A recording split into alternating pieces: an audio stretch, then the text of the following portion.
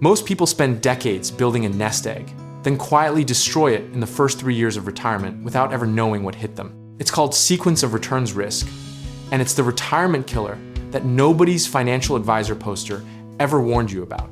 Here's the brutal irony. 2 people can retire with the exact same account balance, earn the exact same average return over 30 years, and one ends up wealthy while the other runs out of money in year 12. The only difference is the order times in which the gains and losses arrived. And that single variable can be the difference between legacy and catastrophe. Think of it like this. Imagine you're filling a bathtub while someone else controls the drain, and the drain gets bigger every single year you're pulling water out. If the faucet runs cold right at the beginning, you never recover, because you're pulling from a shrinking base while the losses compound against you, not for you. When I first mapped this out, I realized the traditional 4% rule was designed in 1994 using a very specific 30-year window of market data. It was never a guarantee, it was a guideline with an asterisk the size of a billboard.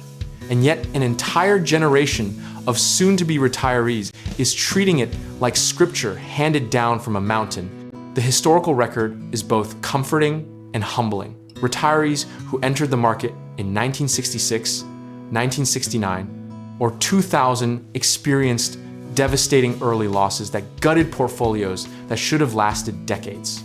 Meanwhile, someone who retired in 1982 caught the greatest bull market in American history right out of the gate and probably felt like a genius regardless of their strategy.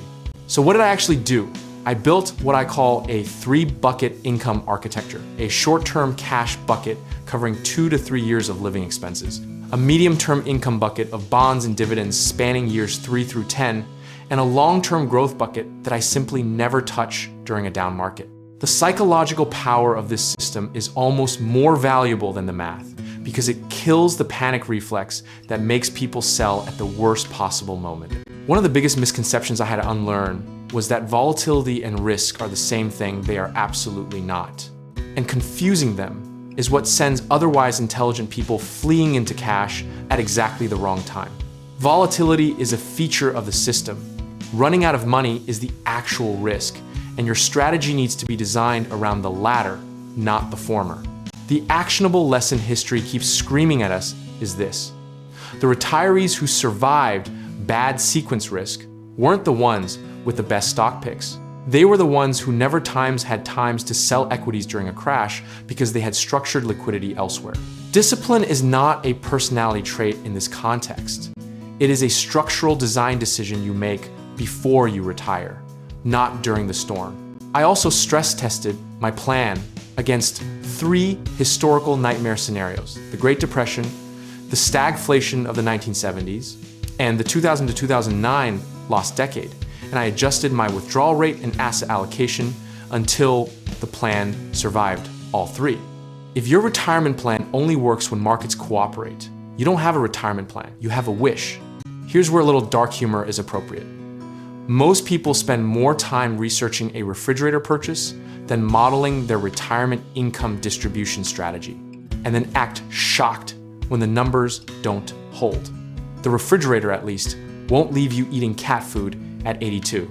The community of early retirees and financial independence practitioners has added real wisdom here.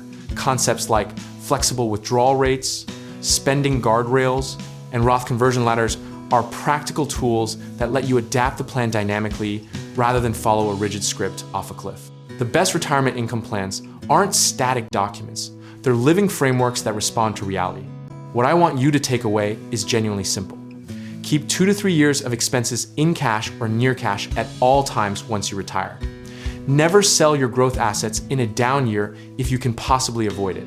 And review your bucket refill strategy every single October, regardless of how markets are behaving. Process, patience, and position sizing will always outperform conviction, timing, and gut instinct every single time across every single historical cycle. At its core, this is really a philosophy about accepting that you cannot control markets, only your response to them, and that the retiree who sleeps soundly isn't the one with the highest return, it's the one with the most rational structure. Discipline and consistency, repeated quietly over decades, are the actual compounding machines, not the stock picks, not the timing calls. Whether markets cooperate or crater in your first year of retirement, a well-sequenced bucket strategy means you are genuinely comfortable with either outcome because you've already removed the forced selling problem from the equation. Preparation is not pessimism, it is the most optimistic thing you can do because it means you actually trust the plan. And if you're ready to take the next step in building wealth through real estate investing, need reliable home contracting work done right, or want to connect with lenders who understand your goals, check out our links in the description below.